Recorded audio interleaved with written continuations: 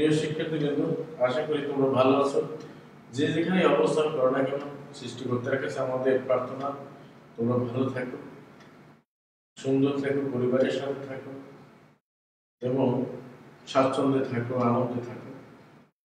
আমরা গত ক্লাস নিয়েছিলাম পরিসংখ্যানের উপরে। পরিসংখ্যানের তোমরা জানো যে আমি পরিসংখ্যান পড়াই, ক্লাস নেই, তাই না? সুতরাং আজকে আমরা একটা নতুন অধ্যায় শুরু করব। সেই অধ্যায়টার নামটা আমরা লিখছি। আশা করছি তোমরা শেষ পর্যন্ত আমার সাথে ক্লাসে থাকবে, অনলাইনে থাকবে, আমার ক্লাসগুলো অবজার্ভ করবে। হ্যাঁ, এবং তোমাদের যদি কোনো প্রবলেম থেকে যায়, যদি থাকে অথবা থেকে থাকে, তাহলে তোমরা মেসেঞ্জারে অথবা সরাসরি ফেসবুকে বলতে পারো, আমরা সেই প্রবলেমগুলো সলভ করার চেষ্টা করব। আজকে যে চ্যাপ্টার আমরা পড়াবো একেবারে সোজা একটি চ্যাপ্টার, এবং বিগত বছরগুলোর যদি আমরা বোর্ডের প্রশ্নগুলোকে একটু অ্যানালাইসিস করি, বিশ্লেষণ করি, তাহলে দেখা যায় এই ছোট্ট চ্যাপ্টার থেকে পুরোপুরি একটি প্রশ্ন আসে এবং একেবারেই সহজ প্রশ্ন। এবং তুমি যদি অ্যানসার করতে পারো তাহলে তোমাকে আমরা পুরোপুরি নম্বর দিয়ে দেবো। এবং অন্যান্য চ্যাপ্টারগুলোতে যে পরিমাণ ম্যাথ আছে, গণিত আছে, তার সাথে এখানে একেবারেই কম। একটা অঙ্ক করলে এখান থেকে আর দ্বিতীয়বার করার দরকার নেই, একটা অঙ্কই তোমার জন্য যথেষ্ট হবে। সুতরাং আশা করছি যারা দ্বাদশ শ্রেণীতে উঠেছো এবং যারা পরীক্ষা দিবে, এবং যদি অনার্সে আমার অনলাইনে থেকে থাকো, তারাও যদি ক্লাসটি বোঝার চেষ্টা করো, কারণ অনার্স যারা পরিসংখ্যানে পড়ো তাদের সেকেন্ড ইয়ারে এই চ্যাপ্টারটা রয়েছে। সুতরাং তোমরা সবাই মনোযোগ দিয়ে চ্যাপ্টারটি পড়বে এবং আমার সাথে আমি যেগুলো পড়াচ্ছি সেগুলো সুন্দর করে অনুধাবন করবে, অনুসরণ করবে। ধন্যবাদ। আর আমি ধন্যবাদ দিয়ে আমি আমার ক্লাসটা শুরু করেছি। আজকের চ্যাপ্টারের নাম হলো নমুনায়ন।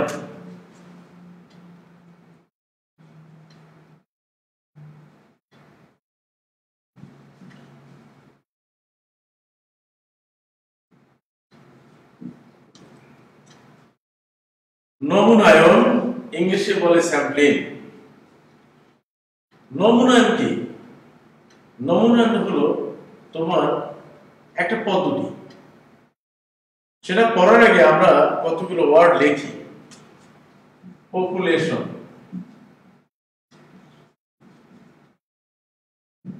যাকে আমরা বলি সমগ্র।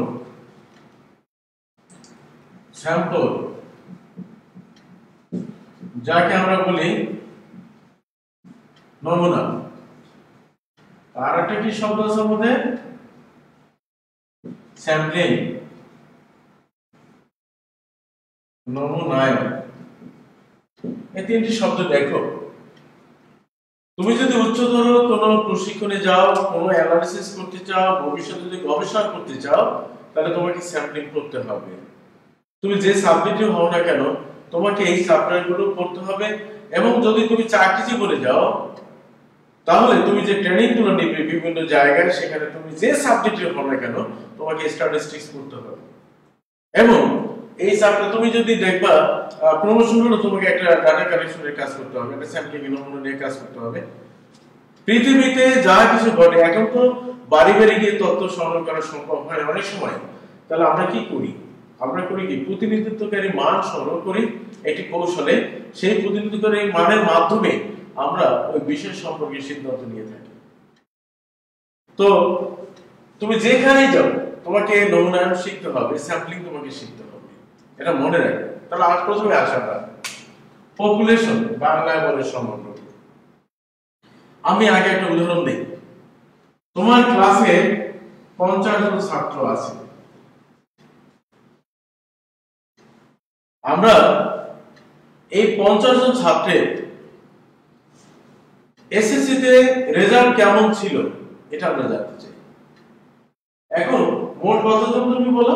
50 জন। এই 50 জনকে যদি আমি 50 জন কি গণনা অন্তর্ভুক্ত করি, 50 জনের কাছ থেকে যদি জিজ্ঞাসার মাধ্যমে তথ্যটা নিয়ে থাকি, কাউকে বাদ না দেই, তাহলে ওই 50 জনকে একত্রে বলে পপুলেশন বা সমগ্র। স্যার আবারও বলি, তুমি যে বিষয়ের উপর কাজ করতে চাও, যে এরিয়া, যে এলাকার উপর, এলাকা নিয়ে কাজ করতে চাও, যে টপিকস এর উপরে তুমি কাজ করতে চাও, ওই টপিকস এর সাথে বা ওই বিষয়ের সাথে বা ওই এলাকার সাথে যাদেরকে নিয়ে কাজ করতে চাও, যে জিনিসটা তুমি জানতে চাও, যাদের কাছ থেকে জানতে চাও, তাদের প্রত্যেককেই যদি তুমি গণনায় অন্তর্ভুক্ত করো, সবাইকে যারা ওই বিষয়ের সাথে জড়িত, যাদের কাছে তথ্য নিতে চাও, সবাইকে যদি গণনায় অন্তর্ভুক্ত করো, তাহলে ওই সবাইকে একত্রে বলে ইংলিশে পপুলেশন আর বাংলায় বলে সমগ্র। Clear sir? যেমন তুমি একটি উদাহরণের মাধ্যমে বলতে পারো, আমাদের দেশে প্রতি 10 বছর পর পরে জনসংখ্যার হিসাব হয়, লোক গণনা এখন আবার সাথে সাথে তোমার গৃহ গণনা বলে। তা আদমশুমারি যদি আমরা বলি, আদমশুমারি মানে লোক গণনা, তুমি জানো। এখন তুমি বলো, আদমশুমারিতে কি আমরা ঢাকা কলেজের সামনে রাস্তা দিয়ে মানুষ যাচ্ছে, ওখান থেকে 10 জন ধরে নিলাম, ভাই এই 10 জন বা ঢাকা কলেজের এলিফ্যান্ট রোডে কি পরিমাণ লোক হাঁটা চলা করে বা কি পরিমাণ ডেইলি আমরা আসা যাওয়া করে, তার উপরে ভিত্তি করে যদি আমরা লোক গণনা করি, তাহলে কি সারা বাংলাদেশের লোকের তথ্য পাওয়া যাবে? যাবে। কেন? কারণ আমরা জানি ঢাকা শহরে প্রতি বর্গ কিলোমিটারে 10 থেকে 12 বা 14 বা 16,000 লোক বসবাস করে। এখন তুমি যদি এই লোক সংখ্যা দিয়ে পুরো বাংলাদেশের আয়তনকে গুণ করো, তাহলে বাংলাদেশের লোক সংখ্যা 50 কোটি ছাড়িয়ে যাবে। আদৌ কি বাংলাদেশে 50 কোটি লোক আছে? নেই। তার কত আছে? আমরা বলি 16 থেকে 17 কোটি, তাই না? এখন এখানে যেমন তুমি পপুলেশনকে বাদ দিয়ে অন্য কোন উপায়ে লোক গণনা করতে পারো না, পারো কি? না। তাহলে তুমি যদি কোনো শিক্ষার তথ্য জানতে চাও, শিক্ষাগত তথ্য জানতে চাও, অথবা এই যে আমরা এখন দেখতেছি সারা বাংলাদেশে একটি করোনা ভাইরাসে আক্রান্ত রোগীদের সংখ্যা যদি আমরা বলি, প্রত্যেকদিন কি 17 কোটি মানুষকে আমরা গণনায় এনে তাদের নমুনা টেস্ট করতে পারছি? বলো, তাদেরকে টেস্ট করতে পারছি 17 কোটি? না, স্যাম্পল একদিন 500, আরেকদিন 600 বা 5000, 6000 করে করছি না। পুরো জনসংখ্যাকে কিন্তু আমরা গণনা আনতে পারিনি এখন পর্যন্ত। যখন 17 কোটিকে যদি রাজধানী একবার গণনায় আনতে পারতাম, তাহলে ওইটাই তো পপুলেশন। এখন আমরা করতেছি কি? স্যাম্পল নিচ্ছি, তার শরীর থেকে যে আমরা রক্ত নিচ্ছি, আমরা তার শরীরের পুরো রক্ত টেনে নিচ্ছি না, অল্প কিছু রক্ত নিয়ে টেস্ট করে দেখছি তার ভিতরে করোনার উপসর্গ আছে কিনা, তাই না? তাহলে আমরা যদি কোনো শিক্ষার তথ্য জানতে চাই, কোনো অর্থনৈতিক অবস্থান দেশে জানতে চাই, তাহলে সমগ্র জনসংখ্যাকে গণনা করার দরকার নেই, সমস্ত মানুষের আয় ব্যয়ের তথ্য দরকার নেই, সেখানে প্রতিনিধিত্বকারী মান দরকার। তাহলে আমরা আসি, যখন তুমি কোনো বিষয়ের উপরে কাজ করতে চাও, ওই বিষয়ের সাথে যারা জড়িত, যারা তোমাকে তথ্য দিবে, তাদের সবাইকে যদি তুমি গণনায় অন্তর্ভুক্ত করো, তাহলে ওই সবাইকে একত্রে বলে পপুলেশন, লোক গণনা। প্রত্যেকটা বাড়ি বাড়ি যেতে হয়, প্রত্যেকটা ঘরে ঘরে যেতে হয়, প্রত্যেকটা জনের কাছে যেতে হয়। উদাহরণ দিয়েছি, ঢাকা সিটিকে তুমি বেস ধরে সারা বাংলাদেশের জনসংখ্যা তুমি বুঝাতে পারো না। আপনার পার্বত্য এরিয়াতে তুমি দেখো, প্রতি বর্গ কিলোমিটারে, যেটা আমরা আগে পড়েছি 160 জন লোক, তুমি মাইলের পর মাইল হেঁটে যাবে, পার্বত্য এরিয়াতে লোক পাওয়া যাবে না। গ্রামে তুমি মাইলের পর মাইল হেঁটে যাবে, একজন কি দুজন লোক দেখা মিললেও মিলতে পারে। তাহলে ওই লোকের উপর ভিত্তি করে যদি তুমি কাজ করো, তাহলে জনসংখ্যার হিসাব কখনো পাওয়া যাবে না। সুতরাং এই ক্ষেত্রে তোমাকে মনে রাখতে হবে, প্রত্যেকটা লোকের কাছে যেতে হবে, প্রত্যেকটা ঘরে যেতে হবে, প্রত্যেকটা বাড়ি যেতে হবে, প্রত্যেকটা এলাকায় যেতে হবে, তাহলে তুমি লোক সংখ্যার তথ্য পাবে, তাই না? তাহলে সবাইকে যখন গণনা অন্তর্ভুক্ত করব, তখন আমরা পপুলেশন বলি। ওকে, অনেকগুলো উদাহরণ দিয়েছি, একটা পড়াতে অনেকগুলো সময় আমরা নিয়েছি। স্যাম্পল ইংলিশে বলে the representative part of the population is called sample. Representative part of the population is called sample. The representative কারা? তোমার ক্লাসে আমরা বলেছিলাম কতজন স্টুডেন্ট রয়েছে, এই পপুলেশনকে আমরা ক্যাপিটাল এন দ্বারা প্রকাশ করি। স্যার বলুন, আপনার ক্লাসে কয়জন লোক আছে, কয়জন স্টুডেন্ট আছে? মনে করেন 50 জন। এখন যে কোনো উপায়ে আমি এই 50 জন নিব না, আমি এখান থেকে 10 জন নিব। উপায়গুলো আমরা পরে আসছি। কয়জন নিব? 10 জন, হয়তো লটারির মাধ্যমে অথবা ব্যক্তিগত পছন্দের মাধ্যমে 10 জনকে নিলাম। কতজন থেকে? 50 জনের মধ্য থেকে আমি 10 জনকে পছন্দ করলাম অথবা 50 জনকে নিলাম। তাহলে এই 10 জন হলো এই 50 জনার কে রিপ্রেজেন্টেটিভ, প্রতিনিধিত্বকারী মান। তাহলে সমগ্র থেকে যে প্রতিনিধিত্বকারী যে কয়টি মানকে নেওয়া হয়, যে ক্ষুদ্রাংশ বাছাই করা হয়, ওই ক্ষুদ্রাংশটাকে বা প্রতিনিধিত্বকারী অংশটাকে বলা হয় নমুনা। এটা আমরা স্মল এন দ্বারা প্রকাশ করি। তাহলে আমরা কি বলছি? সমগ্র থেকে একটি পদ্ধতি, যে কোনো পদ্ধতি, অনেকগুলো পদ্ধতি রয়েছে, সেই পদ্ধতিগুলোর মাধ্যমে প্রতিনিধিত্বকারী মানকে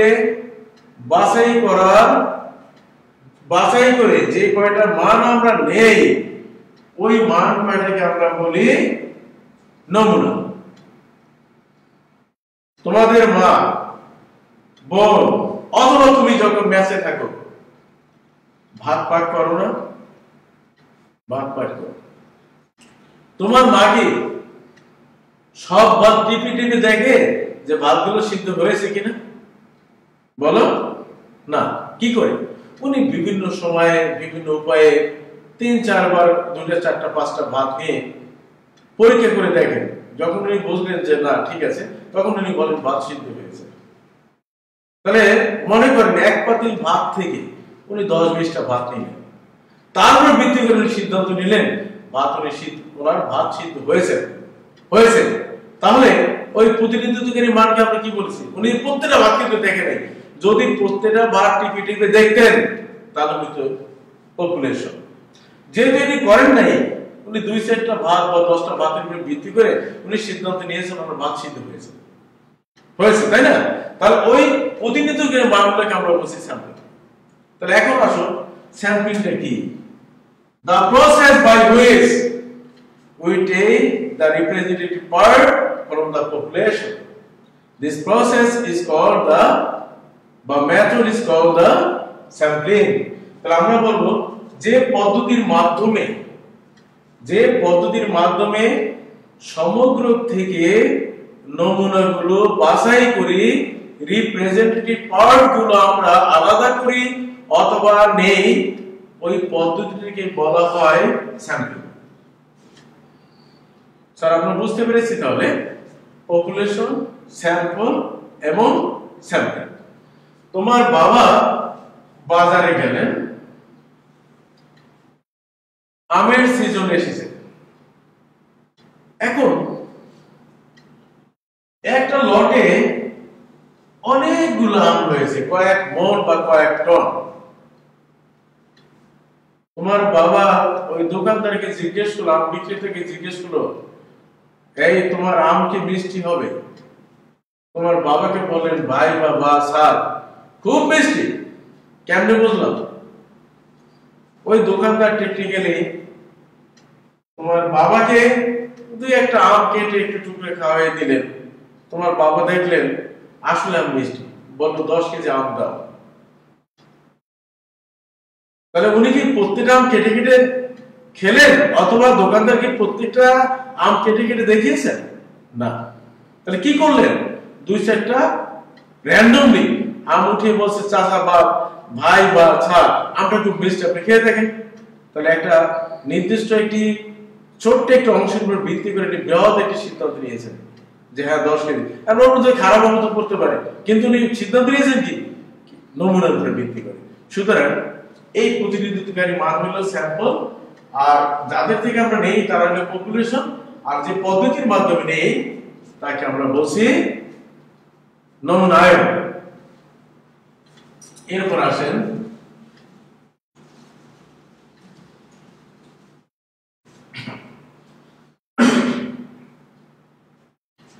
নমুনায়নকে আমরা কয় ভাগে নিতে পারি, কত ভাগে ভাগ করতে পারি? তোমাদের অবজেক্টিভ আসতে পারে নমুনায়ন কয় প্রকার বা কত প্রকার? 1, 2, 3, 4 অ্যানসার দিতে হবে না, যদি এমসিকিউ আছে। তাহলে নমুনা 2 প্রকার। লেখো, নামগুলো লেখো।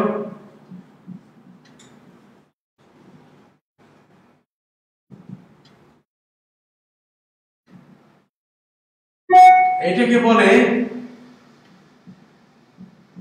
পারপোসিভ স্যাম্পলিং। আর 2 নম্বরে হলো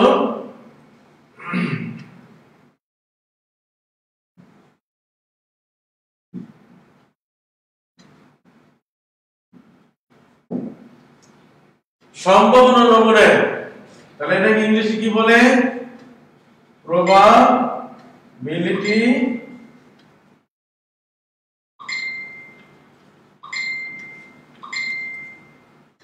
স্যাম্পলিং। দেখেন, একটা হলো উদ্দেশ্যমুখী নমুনায়ন, আর হলো সম্ভাবনা নমুনায়ন। তাহলে উদ্দেশ্যমুখী নমুনায়ন কাকে বলে? অনেক সময় আমাদের আগের যখন ছিল, বিশেষ করে অনার্সে আসে, আর তোমাদের আসবে যে নমুনায়ন করবে অথবা সম্ভাবনা নমুনা ব্যাখ্যা করবে, এটা বলতে পারে।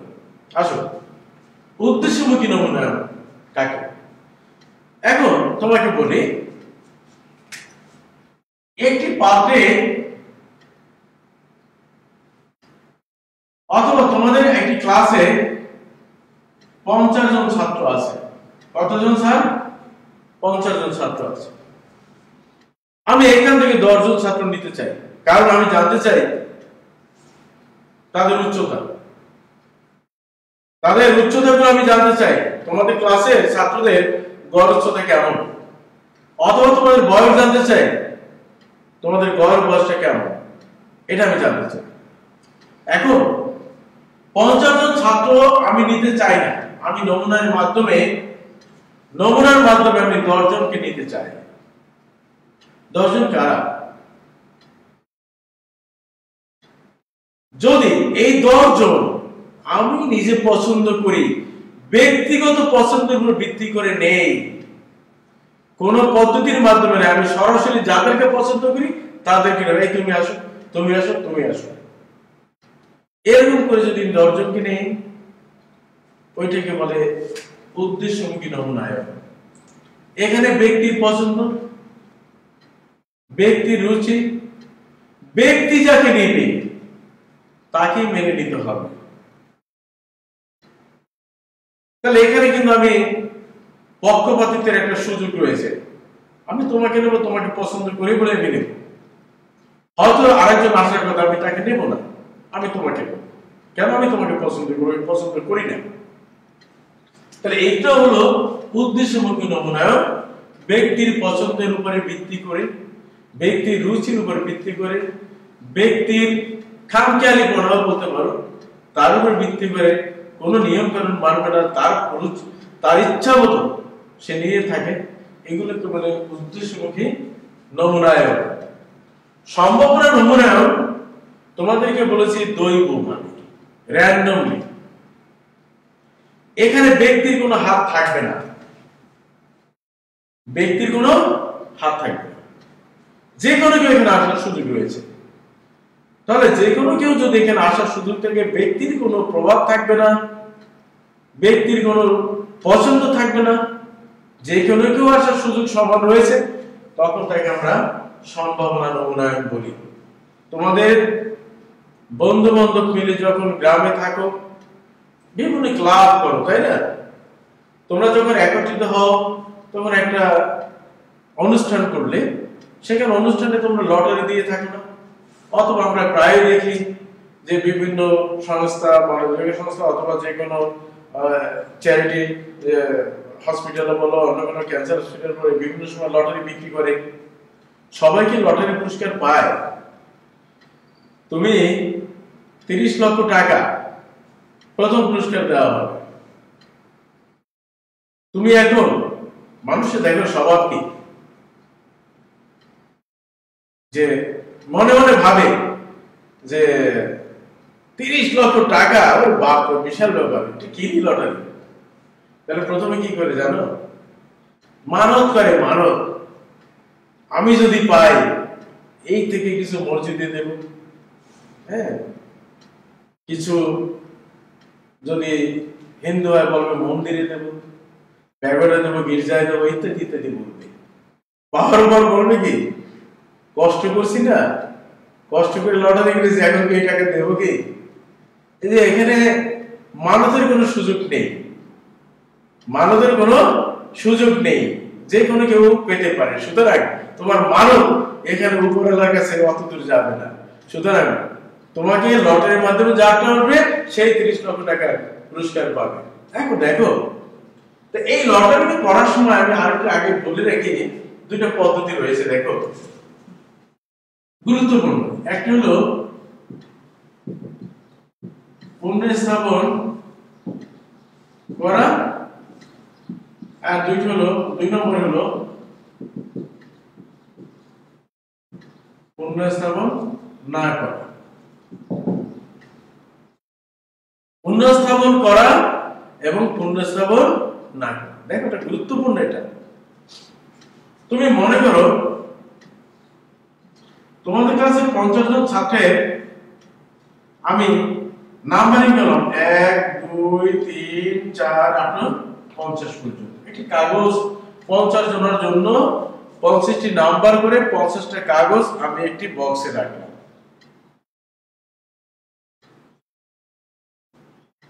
আমি বললাম রাজেশ একটি উঠাও,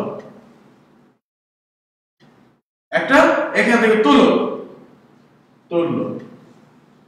আমরা সবাই বলে বললাম এত নম্বরের লটারি কে পেয়েছে, প্রমাণ দেখো। 10 নম্বর পুরস্কার বললো আমি, মিলালাম, পুরস্কার দিয়ে দিলাম। এখন দেখো সমস্যাটা কোথায়। রাজেশ যেটা উঠলো, এরপর আমি দ্বিতীয় কাজে যাবো, আরেকটু উঠাবো। তাহলে প্রথমটা কি করবে? প্রথম যেটা তুলেছিলে সেটা কি করবে? দ্বিতীয়টা তোলার আগে যদি প্রথমটা যেটা তুলেছিলে সেটা যদি ওই পাত্রে রাখো, ওই কাগজটা তো আবারও আসতে পারে। তাহলে গন্ডগোল লাগবে কোথায়? মারামারি লাগবে, পার্সিয়ালিটি হচ্ছে, এইটা বলবে না? স্বাভাবিক বলবে। একই ব্যক্তি যদি বারবার পায় পায় স্বজন প্রীতি, ব্যক্তির পছন্দ ইত্যাদি ইত্যাদি বলবে, তখন তো ওইটার মধ্যে চলে যাবে, একটা গন্ডগোল লেগে যাবে। তাহলে সবচেয়ে ভালো পদ্ধতি কি? পক্ষপাতহীন হওয়া। আমি সবই মানি, বিচার মানি, তাল গাছটা নিয়েই বিচার, সব মানলাম, কিন্তু তাল গাছটা কিন্তু আমারই থাকে। তার মানে কি? আমি মানি নাই। আমি আগে সিদ্ধান্ত নিয়েছি ওই কথা আমি বলবো, সব শুনবো, কিন্তু শেষে ওইটাই বলবো, ওখান থেকে নড়বো না। তাহলে কি করবো? এই যে কাগজটা দ্বিতীয়টা তুলেছি, দ্বিতীয়টা তোলার আগে যদি প্রথমটা আবার ওই পাত্রে ফেরত না দিয়ে থাকি, তাহলে আমি পুনঃস্থাপন করি নাই, তাহলে আর আমার সুযোগ নেই ওইটা আসার। তাহলে একই মান একবার, দুবার, তিনবার, চারবার, পাঁচবার করে এই বিভিন্ন ভাবে একইবার বারবার আসার কোনো সুযোগ থাকে না। কোন পদ্ধতিতে? পুনঃস্থাপন না করা, এবং এইটি হলো 100% সঠিক। এবং তুমি যে একজন বিচারক, তোমার প্রতি মানুষ কখনো বিরক্ত হবে না, না, লোকটা সঠিক কাজই করেছে। আর তুমি যদি দ্বিতীয়টা উঠানোর আগে আবার প্রথমটা ফেরত দিয়ে থাকো, এভাবে যত উঠাবে আবার ফেরত দিবে, যত উঠাবে আবার ফেরত দিবে, তাহলে কি করবে? এটা হলো পুনঃস্থাপন করা হলো। তার ফলে অসুবিধাটা কি? মানুষের বিশ্বাসের জায়গাটা হারিয়ে ফেলে, কারণ একই মান বারবার গণনা অন্তর্ভুক্ত হতে পারে। সুতরাং এইটা আমরা করব না। সুতরাং আমি যদি পক্ষপাতহীন হই, আমি যদি আনবায়াসড হই, আমি যদি কারো পক্ষে না যাই, তাহলে আমরা করব পুনঃস্থাপন না করে কোনো কাগজপত্র অথবা নমুনা আমরা নিতে পারবো। তাহলে আমরা এই সম্ভাবনা নমুনা যখন নিব, তাহলে এইভাবে আমরা করব যে দুইটা পদ্ধতি আমরা যেটা নমুনাগুলো নেব সেগুলো একটা পুনঃস্থাপন করে আর একটা পুনঃস্থাপন না করে। ওকে, আশা করি শিক্ষার্থীরা বুঝতে পেরেছে। এবার আসুন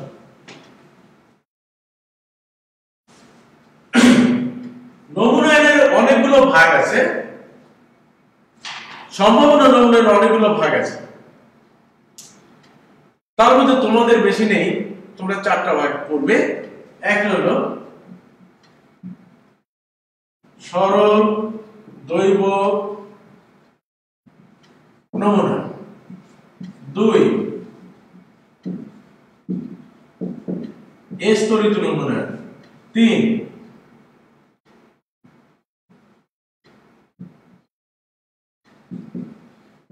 ধারাবাহিক নমুনায়ন, 4 গুচ্ছ নমুনায়ন। এই চারটি তোমাদের, তবে এটা ডিটেইলস পড়ার দরকার নেই, শুধু এইটা পড়ে আমরা এটা অঙ্ক করব। তোমাদের এইখানে এই চ্যাপ্টারটা একেবারে সোজা।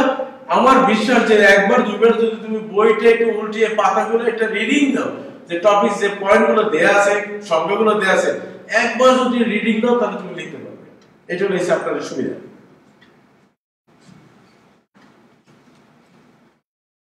তাহলে সরল দৈর্ঘ্য নমুনায়ন আমরা একটু পরে কারণ তার আগে আরো কিছু কথাবার্তা আছে।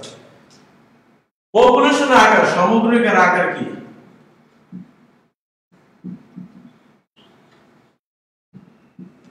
বলো। তোমাদের ক্লাসে যে 50 জন ছাত্র আছে, এই 50 জন ছাত্রকে একত্রে বলে পপুলেশন সাইজ। কতজন? টোটাল 50 জন। এই 50 জনকে আমরা একত্রে বলি পপুলেশন আকার। তা নমুনা আকার এখন বুঝতে পারছো, সমগ্র থেকে যে কয়টা নমুনা নেব ওই কয়টাকে বলা হয় নমুনা আকার। ওকে, আসো এবার নমুনা কাঠামো।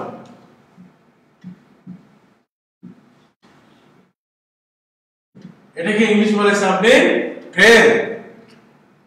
তুমি মনে করো এখানে 100 জন লোক আছে, এখান থেকে আমি 20 জন নিব। কয়জন? 20 জন। এই 20 জন কি তুমি নিবা?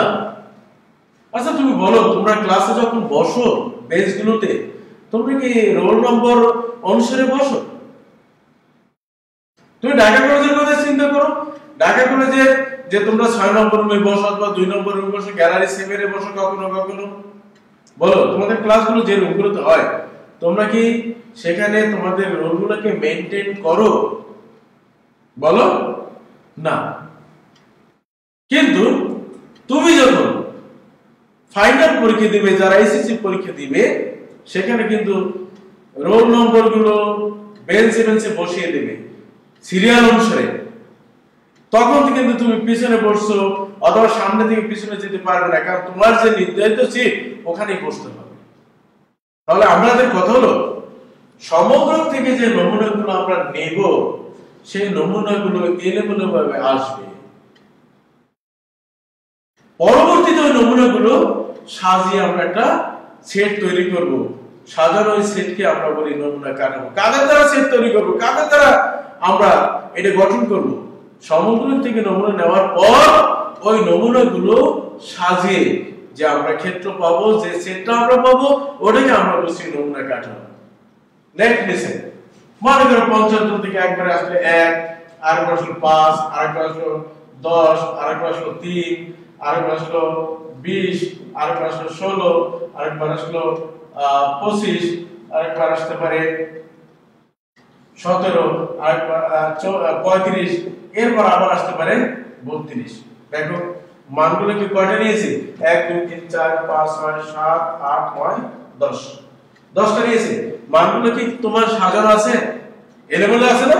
দেখো 1 এর পর 5, 5 এর পর 10, 10 এর পর 3 আছে, 3 20 16 25 এলোমেলো আছে। এখন আমরা কি করব?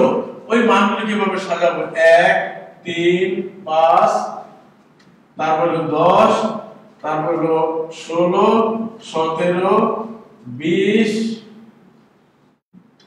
তারপর কত? 25 32 আর কত? 35। দেখো সাজিয়ে একটা সেট গঠন করলো না? এটিকে আমরা বলি ফ্রেম। এটাকে বলা হয় নমুনা কাঠামো। স্যার বুঝতে পারছে? এখন আসেন, আপনাদের পরীক্ষায় আসে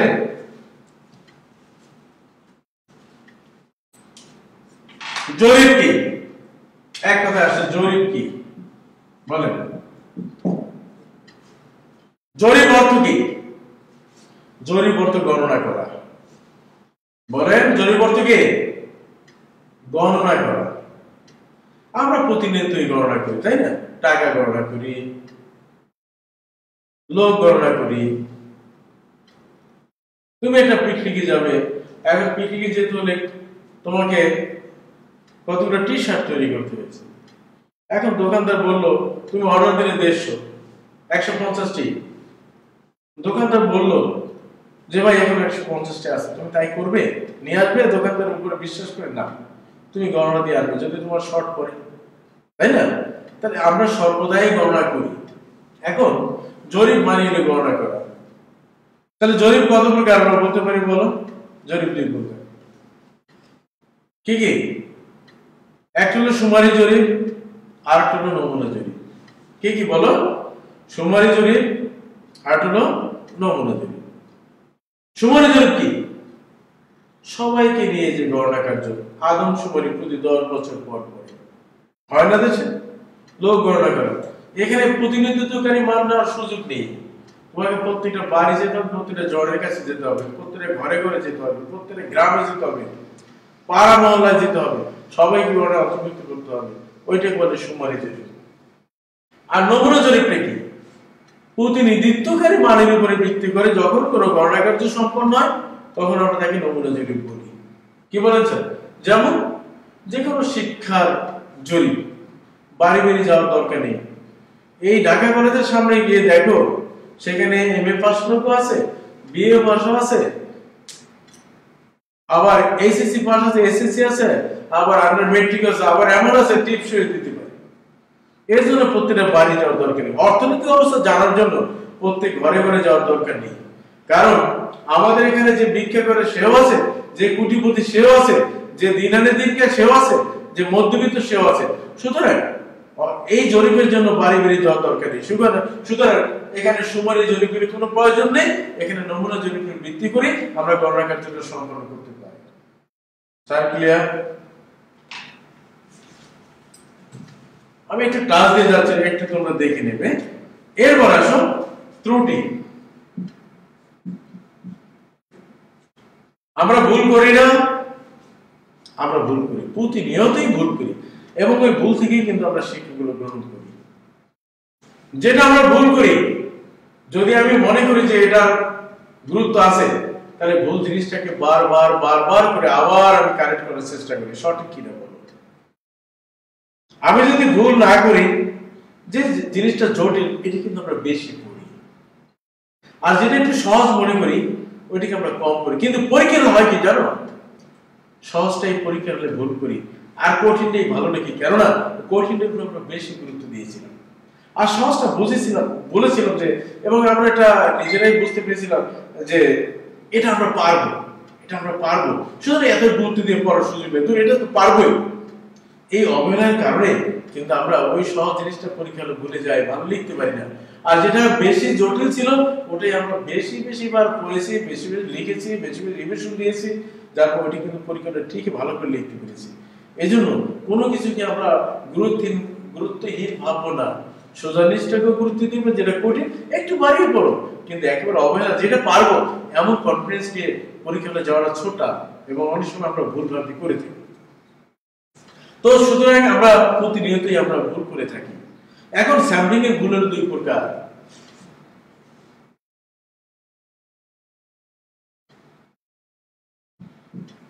নমুনা ত্রুটি,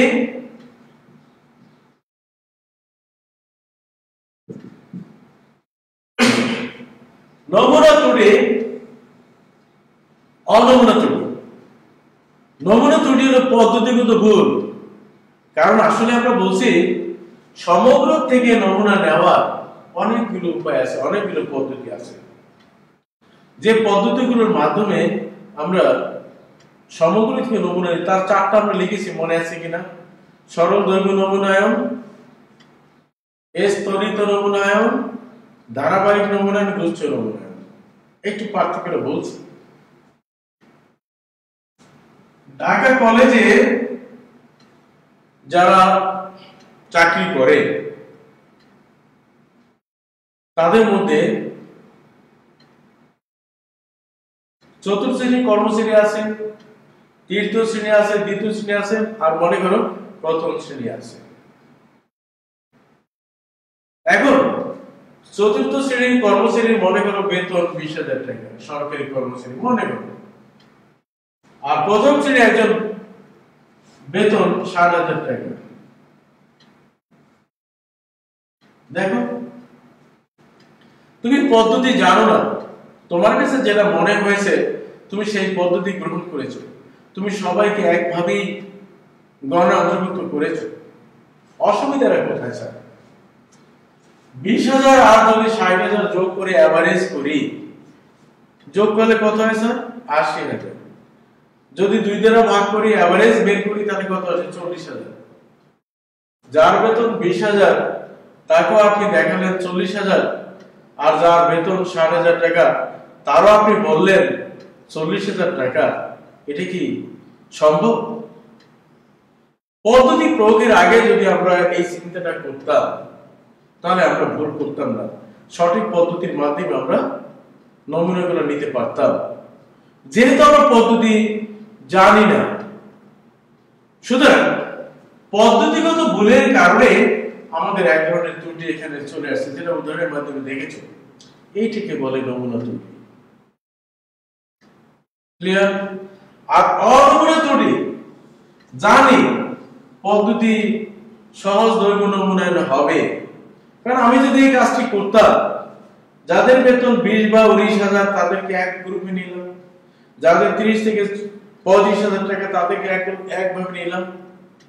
তুমি মনে করো একটি বাচ্চা জন্ম করে তার মাত্র 1 বছর বয়স হলো, আরেকজন লোকের বয়স 60 বছর বা 61 বছর, বলো তাহলে এভারেজ করলে কত আসে? 31 বছর। তাহলে যে বাচ্চাটির বয়স 1 বছর মাত্র তাকে আমরা গড়ে দেখালাম 31 বছর, আর যে বৃদ্ধের যে লোকটার বয়স 61 বছর তাকে আমরা দেখালাম 31 বছর। এটা কি আদৌ সম্ভব? কারণ দেখো বয়সের কিন্তু একটা তোমরা দেখবা শ্রেণীবিন্যাস থাকে, 0 থেকে 5, 5 থেকে 10, 10 থেকে এত। এই বয়সগুলো খুব কাছাকাছি। একজনের বয়স বেতন 20,000, আরেকজনের 21,000 বা 22,000, খুব কাছাকাছি। তথ্যের মধ্যে যদি পার্থক্যের মাত্রা বেশি হয়ে যায় তখন ত্রুটি বেশি হয়। ত্রুটি মানে ভেরিয়েন্স বেড়ে যায়। ভেরিয়েন্স মানে স্ট্যান্ডার্ড এরর, মানে স্ট্যান্ডার্ড পরিমিত ব্যবধান। এই স্ট্যান্ডার্ড এরর যদি বেশি হয়ে যায় তখন ওই মেজারমেন্ট বা ওই গণনা বা ওই রিসার্চ আমাদের জন্য গ্রহণযোগ্য হয় না। সুতরাং আমাকে সমগ্র থেকে নমুনাগুলো এমন ভাবে নিতে হবে যেন তারা সমজাতীয় হয়, হোমোজেনিয়াস হয়। তাহলে হোমোজেনিয়াস করতে হবে। এটা না করে যদি পদ্ধতির বাইরে তুমি অন্য কোনো কাজ করো, উদ্দেশ্যমুখী হয়ে কাজ করো, তুমি কাদেরকে নেবে ইচ্ছা মতো তুমি খামখেয়ালি করো, তাহলে আরেক ধরনের ত্রুটি হয়, পদ্ধতির বাহিরে ত্রুটি। ওইটাকে বলে অনমুনা ত্রুটি। তাহলে একটা হলো পদ্ধতিগত ভুল, আরেকটি হলো পদ্ধতির বাহিরে ভুল। পদ্ধতিগত ভুলকে বলা হয় নমুনা ত্রুটি, আর পদ্ধতির বাহিরে ব্যক্তির খামখেয়ালি, নিজের ইচ্ছা অথবা নিজের প্রভাব বিস্তার করা ইত্যাদির কারণে, অর্থাৎ পদ্ধতির বাহিরে আমরা অনেক প্রকার ভুল করে থাকি। তাহলে ওইটাকে আমরা বলি অনমুনা ত্রুটি, নন স্যাম্পলিং এরর।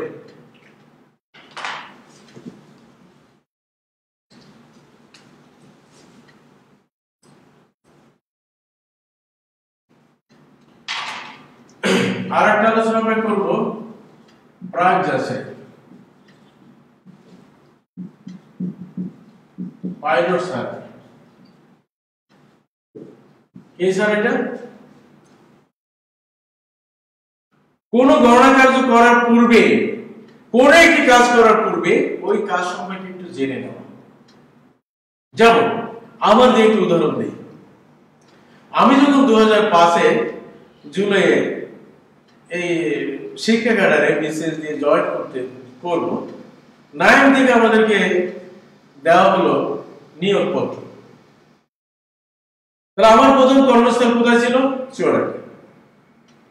বাট চুয়াডাঙ্গা সম্পর্কে আমি কিছু জানি, নাথিং টু ডু, মানে একেবারে ন্যূনতম I have no concept about Chuadanga. কোত্থেকে যাব, কোথায় যাব, কি করব, গাড়ি কোত্থেকে যায়, কিছু জানি না। আমরা দক্ষিণ অঞ্চলের মানুষ, তা ভাবলাম যে দেখো 9 থেকে গেলাম সায়দাবাদ, হয়তো ওখানে গিয়ে চুয়াডাঙ্গার গাড়ি পাবো। ঘুরতেছি, বিভিন্ন কাউন্টারে গেলাম, বলো যে এখান থেকে চুয়াডাঙ্গার গাড়ি যায় না। কোথায় যায়? গাবতলী থেকে। তাহলে কোথায়? সায়দাবাদ থেকে। আবার ওখান থেকে আমি আসলাম গাবতলীতে, এসে গাড়ি ধরলো। দেখো 9 থেকে আমি যদি গাবতলীতে যাওয়ার সময় বাসে গেলাম, কোথায়? সায়দাবাদ, আবার আসলাম এই ঢাকা কলেজের সামনে, ওখান থেকে আবার গেলাম আমি গাবতলী দিয়ে। আমি যদি কোনো ব্যক্তির কাছ থেকে জেনে যেতাম যে আমি চুয়াডাঙ্গা যাব, চুয়াডাঙ্গা যাওয়ার পথ কোথায়, কোথায় কি আমার গাড়ি ধরতে হবে, তাহলে ওই ব্যক্তির কাছ থেকে যদি আমি জানতে পারতাম তাহলে আমি কাজটা সহজ করতে পারতাম না। তাহলে কোন একটি কাজ করার পূর্বে ওই কাজ সম্পর্কে ধারণা নেওয়া, এটাকে বলা হয় প্রাক যাচাই বা pilot survey. Clear sir? Okay, এবার প্রশ্নমালা সংক্ষেপে আমরা বলছি কারণ সময়ের সংকীর্ণতা। প্রশ্নমালা আমরা প্রতিনিয়তই জানতে চাই, আমাদের ভিতরে অনেকগুলো জিজ্ঞাসা আছে। যেমন আমি এখন ক্লাস নিচ্ছি, আমার স্টুডেন্টরা যারা, আমার ছাত্রছাত্রীরা যারা, আমার ক্লাসটা শিক্ষার্থীরা যারা আমার ক্লাসটা দেখছো, তাদের মনের ভিতরে অনেকগুলো প্রশ্ন জাগ্রত হয়েছে, অনেকগুলো কোশ্চেন অ্যারাইজ হয়েছে, কিন্তু তুমি আমাকে করতে পারছো না সরাসরি, অনলাইনে আছো, তাই না? এখন সেই আমাদের জিজ্ঞাসাগুলো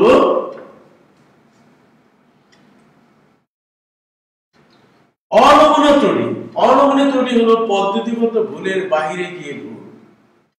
আমরা উদ্দেশ্যে বলছি না, যেমন তোমাকে নেওয়ার কথা, আমি না নিয়ে ওকে নিয়েছি, আমি ওকে পছন্দ করি, এইগুলো হলো পদ্ধতিগত ভুল নয়, এটা পদ্ধতির বাহিরে ভুল। আমি আমার ব্যক্তিগত যে জ্ঞানটা আমি তার উপর প্রয়োগ করেছি, অমুকের উপর প্রয়োগ করেছি, আর একজনের উপরে, আমি মানে নিয়ম ফলো করি না, নিয়মের বাহিরে আর প্রকার, এটি ননসেন্স নিয়ম। থ্যাংক ইউ প্রশ্ন করার জন্য, ধন্যবাদ। তো আমরা প্রতিনিয়ত জানতে চাই, অনেক সময় দেখো আমরা জরিপ করতে গিয়ে বা গণনা করতে গিয়ে অনেক সময় অনেক কিছু আমাদের জানতে হবে, তাই না? কতগুলো নিয়ম আছে, সেই নিয়মের মাধ্যমে জানতে হবে। এবং সে জিজ্ঞাসাগুলো দেখো, আমি 5টি প্রশ্ন পড়ে আসছি, আমার সবকিছু কি মনে থাকে? একটা বই রিভিশন দিয়ে আসছি, বইয়ের ভিতরে কি কি পড়েছে অনেক সময় কিন্তু আমরা ভুলে যাই। যেমন আমি আমার চাকরির শুরুতে অনেক নাম, আমার ছাত্র 200 থাকলে 200 নাম আমি মুখস্থ করে বলতে পারতাম, এখন পারি না, কারণ আমার মস্তিষ্কের কোষগুলো পুরো হয়ে গেছে। তোমার এক সময় আসবে, এখন তুমি যেটা মুখস্থ করে রাখতে পারবে যে কয়দিন, আমার মতো বয়স কত, আমার সাথে বেশি যারা বয়সী আছে তাদেরকে জিজ্ঞেস করো, তারা কিন্তু ভুলে যায়, স্বাভাবিক। এটা হলো, এটা প্রতিনিয়ত প্রকৃতির একটা খেলা, একটা পরিবর্তন হবে।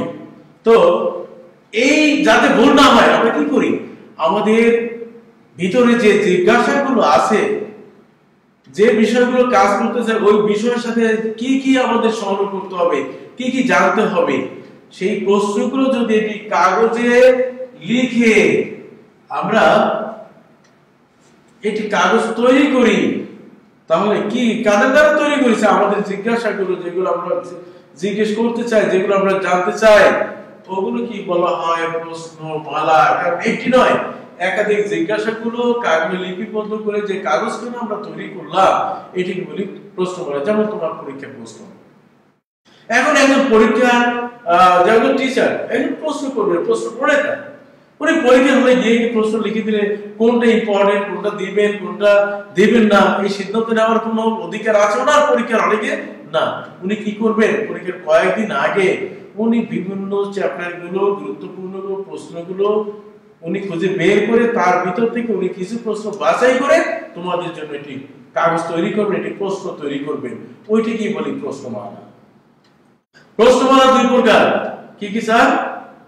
খোলা প্রশ্ন, আর কি প্রশ্ন কয় প্রকার? দুই প্রকার, একটা খোলা প্রশ্ন, একটা আবদ্ধ প্রশ্ন বা কাঠামো প্রশ্ন। খোলা প্রশ্ন কি? যে প্রশ্ন সবাই জানে, যেমন গতকালকে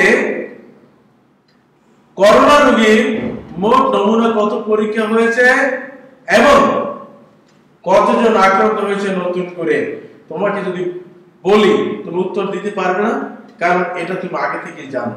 সুতরাং এটাকে বলে খোলা প্রশ্ন। যেমন তোমাকে যদি বিভিন্ন টিভিতে অনুষ্ঠান দেই, আমাদেরকে কতগুলো কুইজ দেয়, তাহলে আমরা এই কুইজের উত্তরগুলো কি নিজে আগে তৈরি করে নিতে পারি, তারপর উত্তর পাঠাই। প্রশ্ন যেহেতু আমি আগে জানি, ওই প্রশ্ন খুঁজে খুঁজে আমরা উত্তরগুলো তৈরি করতে পারি। কিন্তু দেখো পরীক্ষার প্রশ্নগুলো ওইগুলোকে বলে কাঠামো প্রশ্ন বা আবদ্ধ প্রশ্ন। শুধুমাত্র কাজের পূর্বে ওই কাগজটি খোলা যায়, কাজটি করার পূর্বে শুধুমাত্র, যেমন পরীক্ষার প্রশ্নটা পরীক্ষা শুরু হওয়ার ঠিক 5 মিনিট বা 10 মিনিট আগে খোলা যায়, তার আগে নয়। এগুলোকে বলে আবদ্ধ প্রশ্ন বা কাঠামো প্রশ্ন। তাহলে প্রশ্ন মানে কয় প্রকার? প্রশ্ন বলো দুই প্রকার, কি কি বলো? একটা হলো খোলা প্রশ্ন, আর হলো কাঠামো প্রশ্ন বা আবদ্ধ প্রশ্ন। এখন প্রশ্ন মেলার অনেকগুলো বৈশিষ্ট্য রয়েছে, যেমন কোন কোন প্রশ্ন তুমি যেটা করবে সেটা কখনোই যেন প্রশ্ন বিষয়ের সাথে সামঞ্জস্য হয়, এটা খেয়াল রাখতে হবে। অহেতুক কাউকে বিরক্ত করার জন্য অথবা গুরু গাম্ভীর্যের জন্য সাধু ভাষা বর্জন করতে হবে, ইত্যাদি বৈশিষ্ট্যগুলো একটু দেখে নেবে। আজকে যে উদ্দেশ্যটা আমরা পড়াচ্ছি সেটা আমাকে আজকে শেষ করতে হবে। আমি সময় চাচ্ছি কিছু, আমাকে লাগবে মিনিমাম 10 মিনিট। এখন আসুন,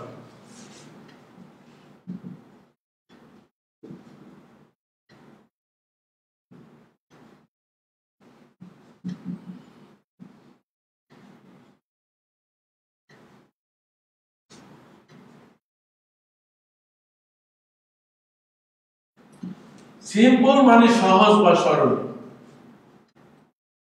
র‍্যান্ডম মানে দৈব, স্যাম্পলিং মানে তো তুমি শিখেছো নমুনায়ন। যে পদ্ধতিতে, যে নমুনায়নের মাধ্যমে নমুনা অন্তর্ভুক্ত যত আছে সমগ্রকে যতগুলো মান আছে প্রত্যেকটাই নমুনা অন্তর্ভুক্ত হওয়ার সম্ভাবনা সমান। তোমার ক্লাসে 50 জন ছাত্র আছে, আমি 10 জন নিতে চাই। দেখো 50 জনের প্রত্যেকেই কিন্তু আমার এই নমুনা অন্তর্ভুক্ত হওয়ার সম্ভাবনা একই থাকবে, তাই না? আমার আসার সম্ভাবনা 1/, এত তোমার সম্ভাবনা এত, আর একজনের সম্ভাবনা কোনো পরিবর্তন নেই। এটাকে আমরা বলি সম্ভাবনা নমুনা, সরল দৈব নমুনা। যে নমুনায় প্রত্যেকটা মানে আশা নমুনা অন্তর্ভুক্ত হওয়ার সম্ভাবনা সমান থাকে, তাকে আমরা সরল দৈব নমুনায়ন বলে থাকি। এখানে ওই পুনঃস্থাপন করা এবং পুনঃস্থাপন ব্যতীত এখানে আমরা প্রয়োগ করব। তাহলে এখানে নমুনায়ন আমরা দুই ভাবে করি, কি কি বলো? দুইটা, একটা আছে লটারি পদ্ধতি, আর হলো দৈব সংখ্যা সারণী। লটারি পদ্ধতি ইতিপূর্বে আমরা বলেছি, যেখানে কতগুলো কাগজ বা যে পদ্ধতির মাধ্যমে তুমি একটা তুলবে, ফেলবে, উঠাবে, অথবা না ফেলবে না উঠাবে। তাহলে যদি ফেলে উঠাও তাহলে হবে পুনঃস্থাপন করা, আর না ফেলে যদি দ্বিতীয়বার উঠাও, তৃতীয়বার উঠাও, এভাবে যদি কন্টিনিউ করো তাহলে এটাকে আমরা বলি পুনঃস্থাপন ব্যতীত। ইতিপূর্বে আমরা বলেছি। আর দৈব সংখ্যা সারণী হলো তোমার বইয়ের পিছনে অথবা ক্যালকুলেটরে প্রচুর নম্বর রয়েছে, তোমাকে যদি 1000 সমগ্র দেয়, ওখান থেকে যদি 100 নিতে বলে, ওখানে দেখে দেখে তোমার যে সমস্ত পছন্দ আছে সেগুলো তুমি নিতে পারো। এটাকে আমরা দৈব সংখ্যা সারণী বলি। আজকে আমরা এক অঙ্ক করব, যে অঙ্কটা very very very very important. তো আমরা বলি, দেখো একটা উদাহরণ দেখো, আমি এই অঙ্কটা পড়ি। তোমাদের একজন শ্রেণীর শিক্ষক ক্লাসে গিয়ে 1 2 3 4 লিখে বললেন যে একটি 4 আকারের সমগ্র হতে পুনঃস্থাপন করে যদি পুনঃস্থাপন না করে অথবা করে, দুটি বলতে পারে, পুনঃস্থাপন না করে 2 আকারের নমুনা যদি নেওয়া হয়, তাহলে নমুনা গড় সমগ্র গড়ের প্রতিনিধিত্বকারী মান হবে, অর্থাৎ পক্ষপাতিক হবে। এক প্রশ্ন তোমাকে বললো, প্রশ্নটা কি বলছে? শিক্ষক ক্লাসে গিয়ে নাম্বারগুলো লিখে বলল 4 আকারের সমগ্র থেকে পুনঃস্থাপন ব্যতীত 2 আকারের নমুনা নিয়ে শিক্ষক বললেন যে, পুনঃস্থাপন না করে বললেন যে উক্ত সমগ্র তুমি কি ব্যবহার করো 2 আকারের নমুনা নিয়ে, তাহলে নমুনা গড় সমগ্র গড়ের সমান হবে, অর্থাৎ পক্ষপাতিক হবে। প্রশ্ন 1 সমগ্র কাকে বলে? 2 নমুনা জরিপ না সুমারি জরিপ নমুনা জরিপের চেয়ে সময় জরিপ ভালো অথবা সময় জরিপের চেয়ে নমুনা জরিপ ভালো কেন ব্যাখ্যা করো। 3 বলা হলো সমগ্রকের ভেদাঙ্ক নির্ণয় করো অথবা নমুনা ভেদাঙ্ক নির্ণয় করো। 4 তুমি কি শ্রেণী শিক্ষকের সাথে একমত, বিশ্লেষণের মাধ্যমে মতামত দাও। ওকে, তাহলে দেখো এখানে দুটো পদ্ধতি আছে। দেখো একটা হলো ক্যাপিটাল এন আর একটা স্মল এন। তোমাকে যদি পুনঃস্থাপন বলে তাহলে দেখো নমুনার সংখ্যা কত হয়, আর তোমাকে যদি পুনঃস্থাপন ব্যতীত বলে তাহলে নমুনার সংখ্যা কত হয়। যদি পুনঃস্থাপন বলে তোমার মোট পপুলেশন কয়টা, 4টা, নিবে কয়টা, 2টা, তাহলে মোট হবে কয়টা, 16টা। তাহলে তুমি যখন নমুনা নিবে ওই 4টাকে বিভিন্ন ভাবে, তখন মোট নমুনার সংখ্যা হবে কত, 16টি। আর এখান থেকে যদি নাও তাহলে 4c2 এখানে হবে 6টি। তাহলে 16টি নিয়ে কাজ করা সহজ না 6টি নিয়ে কাজ করা সহজ? নিশ্চয়ই তোমরা বলবে স্যার 6টি নিয়ে কাজ করা সহজ। তাহলে পুনঃস্থাপন যদি পুনঃস্থাপন ব্যতীত কথা যদি উল্লেখ নাও থাকে তাহলে তো পুনঃস্থাপন ব্যতীত করবে, আর যদি বলা থাকে যেটা বলা থাকে ওটা করতেই হবে। আমরা একটু খেয়াল করি তাহলে আমাদের কি কি আছে বলো, 1 2 3 4। এখন আমরা প্রথম নেব নমুনা। ওকে, তাহলে কি কি নেবে বলো, 1 2 1 3 1 4 2 3 2 4 আর 3 4। দেখো 6টা হয়েছে কিনা। দুইটা নিবে, পুনঃস্থাপন করবে না। তাহলে কিভাবে, 1 2 1 3 1 4 একবার নিবে। আবার তুমি 2 1 নিতে পারবে না, তাহলে কি যাবে, শুধু সামনে যাবে 2 3 2 4, এরপর কি নেবে 3 4, শেষ। আর যদি পুনঃস্থাপন করতে তাহলে কি হইতো, 1 1 নিজেদের মধ্যে নেওয়া যেত, 1 2 1 3 1 4। আবার 2 দিয়ে যখন নিবে তখন 2 1 2 2 2 3 2 4। দেখো আমরা সামনে যেতে পারি, পেছন যেতে পারি, আবার নিজেদের মধ্যে নিতে পারি। তারপর 3 দিয়ে হলে কত হতো, 3 1 3 2 3 3 3 4, 4 দিয়ে 4 1 4 2 4 3 4 4, এভাবে আমরা নিতে পারতাম না। ওইটাকে বলে পুনঃস্থাপন করা, আর এইটা হলো পুনঃস্থাপন ব্যতীত। তাহলে কিভাবে নিয়েছি, 1 2 1 3 1 4 1 দিয়ে শেষ, 2 দিয়ে শুরু করো, শুধু সামনে যাবে, নিজেদের মধ্যে নয়, 2 3 2 4 এরপর 3 4 হয়ে গেল 6টি। এখন তুমি এখান থেকে দেখো y i বার কি হবে, তাহলে বলো y i বার গড় মানে কি, কয়টা করে, 2টা, এই দুটোর যোগফল ভাগ 2,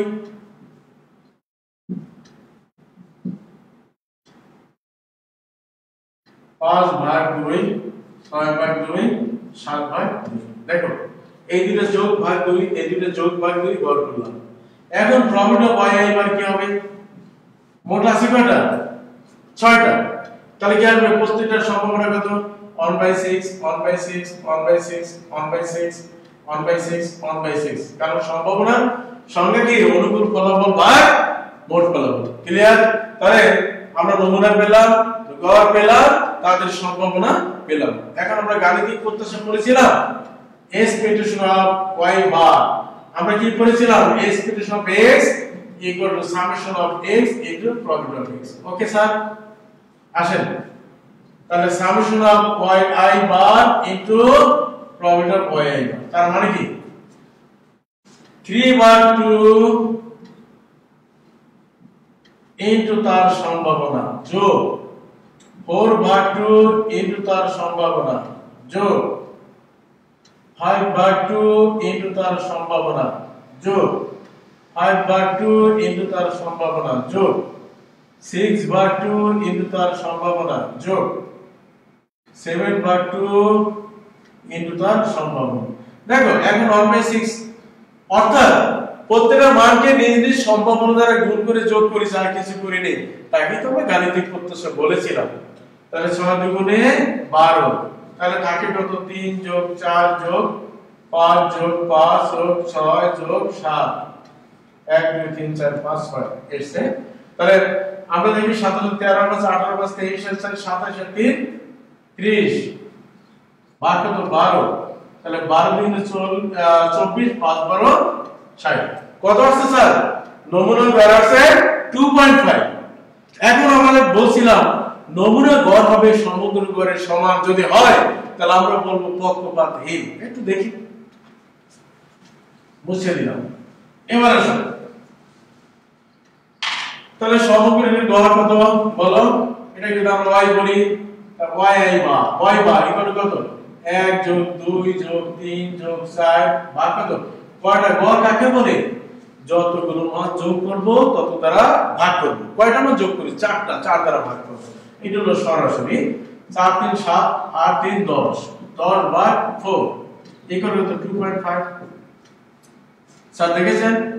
তা আপনার নমুনা গড় কত? 2.5। আপনার সমগ্রের গড় কত? সমগ্রের গড় হলো 2.5। তার অর্থ আমরা কি বলতে পারি? তার অর্থ আমরা বলতে পারি expectation of y bar equal to capital Y bar equal to 2.5। তার মানে কি? নমুনা গড় সমগ্রের গড়ের সমান এবং তা 2.5। সুতরাং আমি শ্রেণী শিক্ষকের সাথে পুরোপুরি একমত, কেননা নমুনা গড় সমগ্রের গড়ের সমান হওয়ার কারণে একটি পক্ষপাতহীন কি বলো? পক্ষপাতহীন পরিমাপক বা আমরা যা বলি। পারবেন? এখন যদি আপনাকে বলে, এখান থেকে দেখেন একেবারে সহজ জিনিস, বেদাঙ্ক বের করতে বলেছিল, তাহলে আমরা বেদাঙ্ক পপুলেশনের বেদাঙ্ক বলেছিলাম s square equal to summation yi minus y bar whole square ভাগ n মাইনাস 1। আরেকটি দেখেন sigma square equal to summation yi minus y bar whole square ভাগ n। এই জন্য পূর্ণস্থান ব্যতীত আর এটা হলো পূর্ণস্থান সহ। এই জন্য তোমার কি এটা পপুলেশনের বেদাঙ্ক ভেরিয়েন্স অফ পপুলেশনের ভেরিয়েন্স, এটা হলো পপুলেশন ভেরিয়েন্স, এটা হলো পূর্ণস্থাপন করা আর হলো পূর্ণস্থান ব্যতীত। এই জন্য ভেঙে দেন না, সোজা আছে। তাহলে সামনে আমরা কি পাই? 1 থেকে 4 পর্যন্ত না, তাহলে লিখি y1 minus y bar square plus y2 minus y bar square plus y3 minus y bar square plus y4 minus y bar square ভাগ কত? n minus 1। আসেন, y এর মান কত ছিল? 1 মাইনাস 2.5 এর স্কয়ার প্লাস 2 মাইনাস 2.5 এর স্কয়ার প্লাস 3 মাইনাস 2.5 এর স্কয়ার, এরপর কি তো 4 মাইনাস 2.5 এর স্কয়ার ভাগ কত বলেন? 4 মাইনাস 1। তাহলে আপনি যদি এখন এই 1টাকে, আমাদের মানগুলো ছিল কত? 1 2 3 4, এই হলো আমাদের পপুলেশন প্রত্যেকটা মান 1 2 3 4, আর আমরা গড় পেয়েছি কত? 2.5। তাহলে প্রত্যেকটা মান থেকে তার গড় বের করে স্কয়ার করব। এভাবে আমরা 4টা টার্ম করব, 4টা মান বের করে যোগ করে 3 দ্বারা ভাগ করব, তাহলে আমাদের পপুলেশনের ভেদাঙ্ক বের হবে, তাই না? আর এখন দেখো, ওই যে সিগমা স্কয়ার উপরটা ঠিক থাকবে, নিচে হবে কি? 4। পার্থক্য বুঝতে পেরেছো? নিচে হবে কত? 4। এখন যদি বলে, তাহলে এটা আশা করি পারবে। এখন তোমাকে যদি বলে যে নমুনা ভেদাঙ্ক বের করো, তাহলে সূত্র কি? এখানে দুটো সূত্র আছে। Variance of y bar equal to n minus n ভাগ n s স্কয়ার ভাগ n। আর যদি দুইটা বলে variance of y bar equal to n minus n ভাগ n মাইনাস 1 সিগমা স্কয়ার ভাগ n। এটা খেয়াল করেন স্যার, আপনার সবকিছু আপনার হাতে আছে, আপনার ভয় কিছু নেই। n বলতে কত বলেন? 4। নিচে কয়টা? দুইটা, তাহলে 4 মাইনাস 2। নিচে কত? ভাগ 4। আর s স্কয়ার এখান থেকে বের করলে n কত? 2 করে ক্যালকুলেশন করবেন।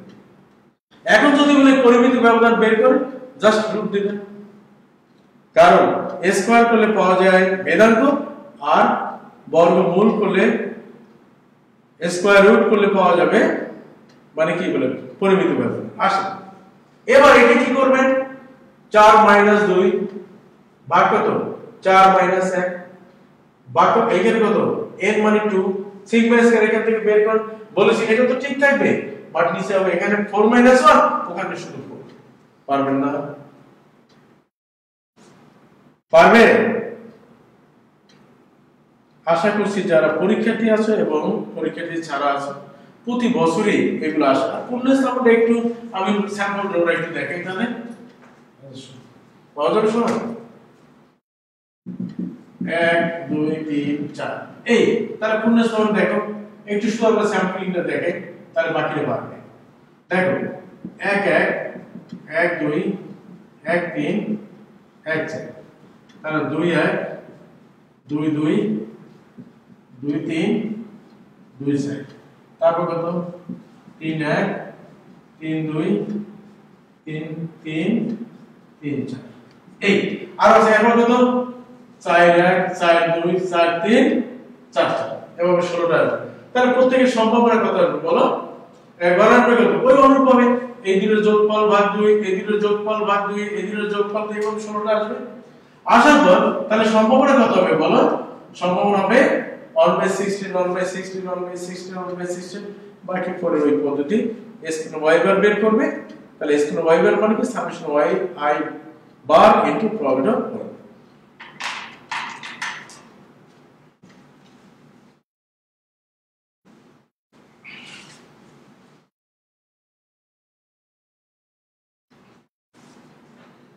প্রিয় শিক্ষার্থীরা আজকের মতো একটি চ্যাপ্টার আমরা শেষ করলাম। নেক্সট ক্লাসে আগামী সপ্তাহে হয়তোবা অন্য একটি চ্যাপ্টার নিয়ে আমরা আলোচনা করব। হয়তোবা সেটা তোমরা পেয়ে যাবে সূচক সংখ্যা। আমি আগেই বলে রাখলাম সূচক সংখ্যা আমরা ক্লাস নেব। আমি তোমাদের জন্য অপেক্ষা করব, তোমরা আমার জন্য অপেক্ষা করবে। ভালো থেকো। সরকারের নির্দেশনাগুলো মাননীয় প্রধানমন্ত্রী যেভাবে চেষ্টা করে যাচ্ছেন আমরা তারকে অনুকরণ করে অনুসরণ করে তার হাতকে আমরা শক্তিশালী করব এবং দেশটাকে ভালো রাখবো, নিজে ভালো থাকবো। প্রয়োজনে না হলে একান্তভাবে আমরা বাইরে যাব না, আমরা ঘরে থাকবো। সবাইকে ধন্যবাদ। দেখা হবে অন্য একটা সময়ে অন্য একটা টপিক নিয়ে। ধন্যবাদ।